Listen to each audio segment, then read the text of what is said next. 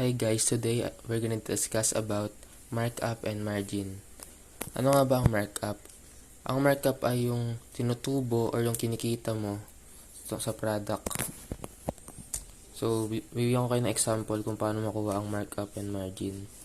First example is markup. A shopkeeper buys a shirt for 40 pesos and wants to apply a 30% markup. What is the selling price and what is the markup amount?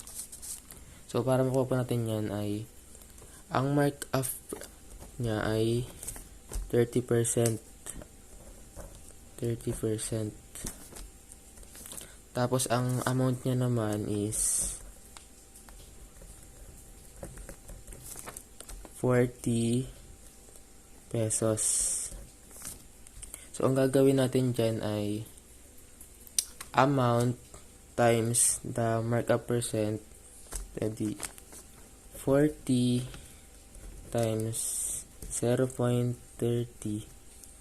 at ang sagot niya ay 40 times 0.30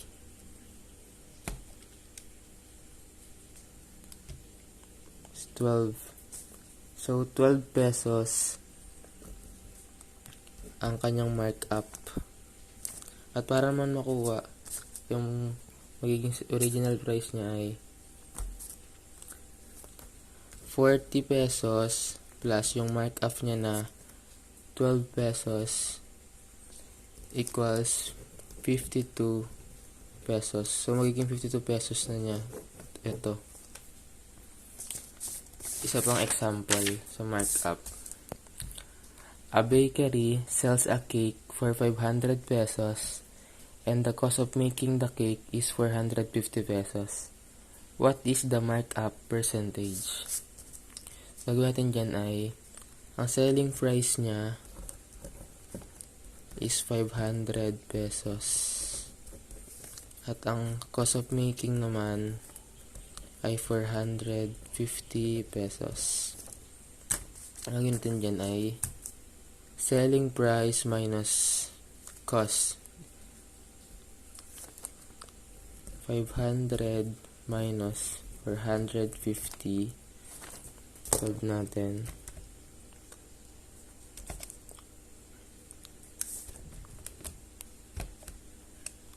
500 minus 450 equals 50. So, 50 pesos ang kanyang markup.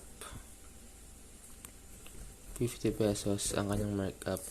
At para naman makuha ang markup percentage ay markup divided by the cost. So, 50 divided by 450. Ito times natin siya sa 100. Solve natin. 50 divided by 450 and ito times natin siya sa 100. So, ang kanyang markup percentage is 11.11%. Ayan guys. And para naman sa margin,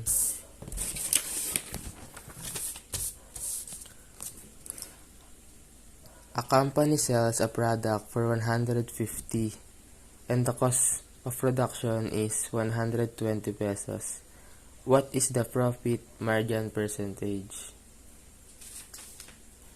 Bali, ang selling price niya daw is 150 and ang kanyang cost naman is 120.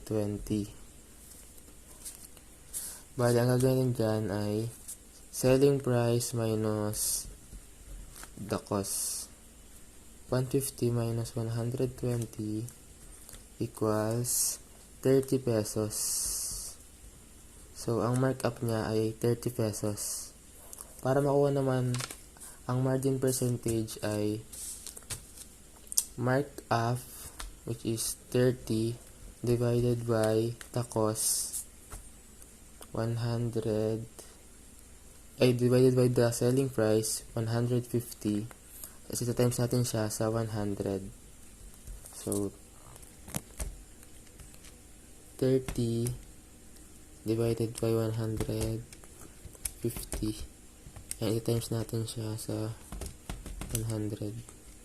So, ang sagot niya ay 20% margin percentage. 20 percentage. Ayan po, ang margin percentage niya. Ayun lang po. Sana may replyan kayo. Thank you.